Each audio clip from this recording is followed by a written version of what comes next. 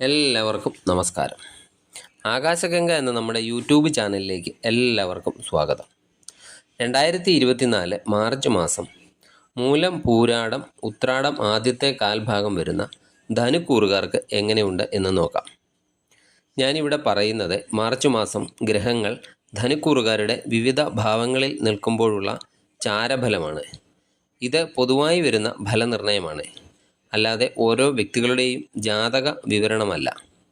ഓരോ വ്യക്തികൾക്കും ഇപ്പോൾ ഏത് ദശാകാലമാണ് നടക്കുന്നത് എന്ന് നോക്കി ആ ദശാനാഥൻ അനുകൂല ഭാവത്തിലാണെങ്കിൽ നല്ല ഫലങ്ങളും, മറിച്ചായാൽ ദോഷഫലങ്ങളുമാണ് ജീവിതത്തിൽ അനുഭവപ്പെടുക.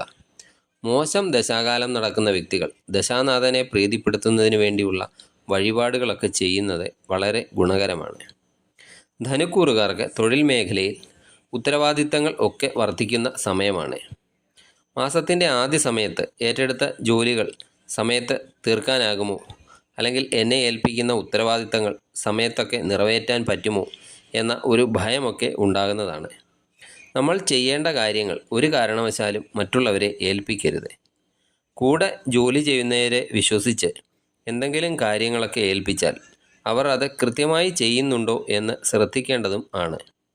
വന്നു ചേരുന്ന അവസരങ്ങളൊക്കെ പരമാവധി പ്രയോജനപ്പെടുത്താൻ ശ്രദ്ധിക്കേണ്ടതാണ്. തൊഴിൽ സ്ഥലത്തെ സംസാരവും അല്പം ശ്രദ്ധിക്കണം. കലാകാരന്മാരെ സംബന്ധിച്ചിടത്തോളം അവർക്ക് അനുകൂലമായ കാലമാണ്. പുതിയ ജോലിയൊക്കെ അന്വേഷിക്കുന്നവർക്ക് പുതിയ ജോലിക്ക് വേണ്ടി കൂടുതലായിട്ടൊക്കെ പരിശ്രമം നടത്തേണ്ടതായി വരുന്നതാണ്. വിദേശ ജോലി അന്വേഷിക്കുന്നവർക്ക് അവസരങ്ങളൊക്കെ വന്നു ചേരുന്നതാണ്. ബിസിനസ് ചെയ്യുന്ന ധനുക്കൂറുകാർക്ക് വ്യാപാര നേട്ടമൊക്കെ ഉണ്ടാകുന്നതാണെങ്കിലും പല കാര്യങ്ങളും സമയത്തൊക്കെ ചെയ്യുന്നതിൽ തടസ്സങ്ങൾ അല്ലെങ്കിൽ താമസം ഒക്കെ നേരിടുന്നതാണ്. ഊഹക്കച്ചവടങ്ങളിലൊക്കെ ഏർപ്പെട്ട് നഷ്ടം വരാൻ സാധ്യതയും ഉണ്ട്. പ്രതീക്ഷിക്കാത്ത ഇടപാടുകളിൽ നിന്നൊക്കെ ധനലാഭം ഈ മാസം നിങ്ങൾക്ക് ഉണ്ടാകുന്നതാണ്. എന്നാൽ ധനത്തിൻ്റെ പേരിൽ സ്വജനങ്ങളുമായി പിണങ്ങേണ്ട സാഹചര്യവും കാണുന്നുണ്ട്. സ്ത്രീകൾ മൂലവും ധനനഷ്ടത്തിന് സാധ്യതയുണ്ട്. സാമ്പത്തിക നേട്ടത്തിന് വേണ്ടി ചെയ്യുന്ന ചില പ്രവൃത്തികൾ ഉദ്ദേശിച്ച ഫലം കാണണം എന്നില്ല. അനാവശ്യ തർക്കങ്ങളിലൊക്കെ ഇടപെട്ട് ധനനഷ്ടം വരാതെ നോക്കേണ്ടതുമാണ്. അതുപോലെ ഊഹക്കച്ചവടത്തിൽ ഒക്കെ ഏർപ്പെട്ട് ധനനഷ്ടവും വരാൻ സാധ്യതയുണ്ട്. വിദ്യാർത്ഥികൾക്കൊക്കെ പഠനത്തിൽ പുരോഗതി ഉണ്ടാകും എങ്കിലും പരീക്ഷകളിലും മറ്റും പങ്കെടുക്കുന്ന വിദ്യാർത്ഥികൾക്ക് ഞാൻ പഠിച്ചത് തന്നെ പരീക്ഷയ്ക്ക് വരുമോ എന്ന ഒരു ഭയം ഒക്കെ ഉണ്ടാകുന്ന സമയമാണ്. ഉന്നത വിദ്യാഭ്യാസം ചെയ്യുന്നവർക്ക് പഠനത്തിൽ നല്ല പുരോഗതി ഉണ്ടാകുവാൻ സാധിക്കുന്നതാണ്. വിദേശ പഠനത്തിന് ശ്രമിക്കുന്നവർക്കും നല്ല സമയം തന്നെയാണ്. കോഴ്സുകൾ തിരഞ്ഞെടുക്കുന്നതിൽ അല്പം ശ്രദ്ധിക്കണം എന്ന് മാത്രം. വിവാഹം ആലോചിക്കുന്നവർക്ക് ആലോചനകളൊക്കെ ഉണ്ടാകും എങ്കിലും ചെറിയ താമസമൊക്കെ നേരിടുന്നതാണ്. നിങ്ങളെ അലട്ടിക്കൊണ്ടിരിക്കുന്ന ചില പ്രശ്നങ്ങൾക്കൊക്കെ പരിഹാരമുണ്ടാക്കാൻ സാധിക്കുന്നതുമാണ്. മുടങ്ങിയ പുണ്യകർമ്മങ്ങളൊക്കെ പൂർത്തിയാക്കാൻ സാധിക്കുന്നതാണ്.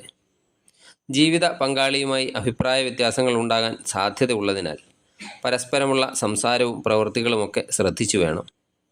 സഹോദരങ്ങളുടെയൊക്കെ ഉന്നമനത്തിനായി നമ്മൾ ചെയ്യുന്ന കാര്യങ്ങൾ അത് തിരിച്ച് വിനയായി തീരുന്ന ഒരു അവസരവും ആണ്. അതുപോലെ മുൻകോപവും ക്ഷമയില്ലായ്മയും ഒക്കെ ഉപേക്ഷിക്കേണ്ടതാണ്. ആരോഗ്യപരമായി വലിയ പ്രശ്നങ്ങളൊക്കെ ഇല്ലാതെ പോകുന്ന മാസമാണ്. ചെറിയ ചെറിയ മുറിവുകളൊക്കെ ഉണ്ടാകാം. അതുപോലെ യാത്രകളിലൊക്കെ വളരെയധികം ശ്രദ്ധിക്കണം.